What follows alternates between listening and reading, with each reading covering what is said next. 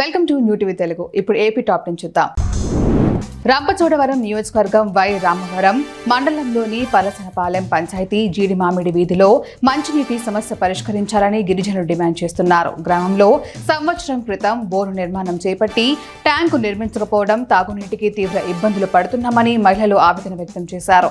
అధికారులు స్పందించి ఈ సమస్యను పరిష్కరించాలని మహిళలు కోరుతున్నారు. కనిగిరి మండలంలో ఉరుములు మెరుపులతో కూడిన భారీ వర్షాలు పడతాయని వాతావరణ శాఖ అధికారులు తెలిపినట్లు తహసీల్దార్ రవిశంకర్ తెలిపారు.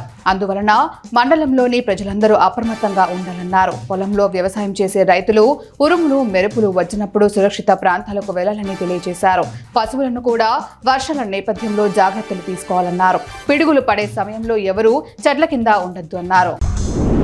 నరసనపేట పట్టణంలో ఇస్లాం మతానికి చెందిన కొందరు అనుమానాస్పదంగా సంచరించడం పట్ల విశ్వ హిందూ పరిషత్ సభ్యులు ఆందోళన వ్యక్తం చేశారు. స్థానిక పట్టణంలో ఉన్న ముస్లింల కుటుంబాలకు బంధువులుగా చెప్పుకొని సంచరిస్తున్నారని అన్నారు. పహల్గాంలో జరిగిన ఘటనలు జరిగే ప్రమాదం ఉందంటూ అనుమానం వ్యక్తం చేస్తున్నారు.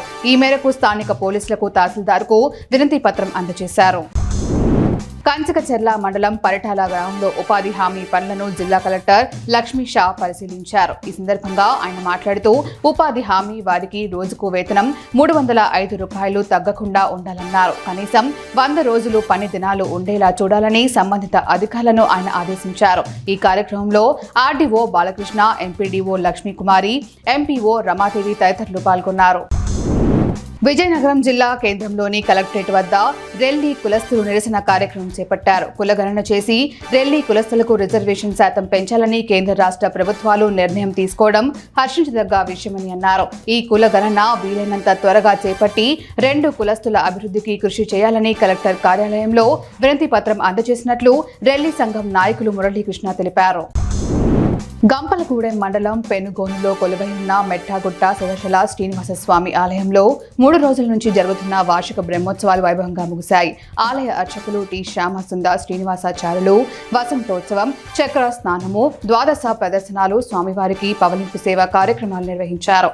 ఆలయ చైర్మన్ పంది వెంకట్రావు, కమిటీ సభ్యులు ఏర్పాట్లను పర్యవేక్షించారు.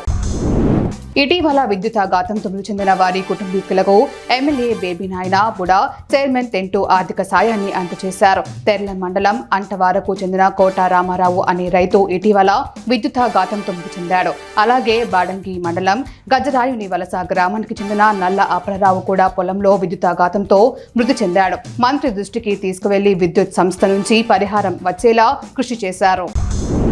పశ్చిమ గోదావరి జిల్లా పెనుగొండలో వేండ్రావారి వీధి శివారు కోడి పందాల దిబ్బ కాలనీలో ఇటీవల నిర్మించిన సిమెంటు రోడ్లకు కార్మికులు గత కొన్ని రోజులుగా బ్రైన్ కట్ పనులు నిర్వహిస్తున్నారు. ఇందులో భాగంగా సిమెంట్ రోడ్డు జాయింట్లలో రోడ్లు ధ్వంసం అవ్వకుండా తారు వేస్తున్నారు. ఇలా జాయింట్లలో వేస్తే రోడ్లు పాడవకుండా ఉంటాయని కార్మికులు తెలిపారు. కురిసిన అకాల వర్షంతో కాకినాడ జిల్లాలో రైతాంగం ధాన్యం తడిసి ధాన్యం ఆరబెట్టుకునే పనిలో ఉంటే మిల్లర్లు రైతాంగంపై ధర తగ్గింపు కొనుగోలుకు తెర లేపారని, దీనిని తక్షణం అధికార యంత్రాంగం అరికట్టాలని కౌలు రైతు సంఘం జిల్లా అధ్యక్షులు ఎం రాజశేఖర్ డిమాండ్ చేశారు. కాకినాడ రూరల్ చిడిగా గ్రామం హైవేలో ధాన్యం ఆరబెట్టుకుంటున్న రైతాంగాన్ని కలిసి సమస్యలు తెలుసుకున్నారు. నష్టపోయిన రైతన్నను ఆదుకోవాలన్నారు. నరసనపేట రాజుల చెరువు అభివృద్ధికి కూటమి ప్రభుత్వం ఎమ్మెల్యే బగ్గు రమణామూర్తి కోరిక మేరకు చర్యలు చేపట్టింది. అయితే గతంలో ఎన్నో అక్రమాలు ఈ చెరువు గట్టలపై నెలకొన్నాయి. తాజాగా తెల్లవారుజామున అక్రమదారులు తెరతీశారు. పలు ట్రాక్టర్లతో శిథిల భవనాల వ్యర్థాలను ఆక్రమించుకునేందుకు మట్టిని వేశారు. రాత్రి వేళల్లో ఈ పనులు కొనసాగిస్తున్నట్లు స్థానికులు తెలిపారు. దీనిపై చర్యలు చేపట్టాలన్నారు.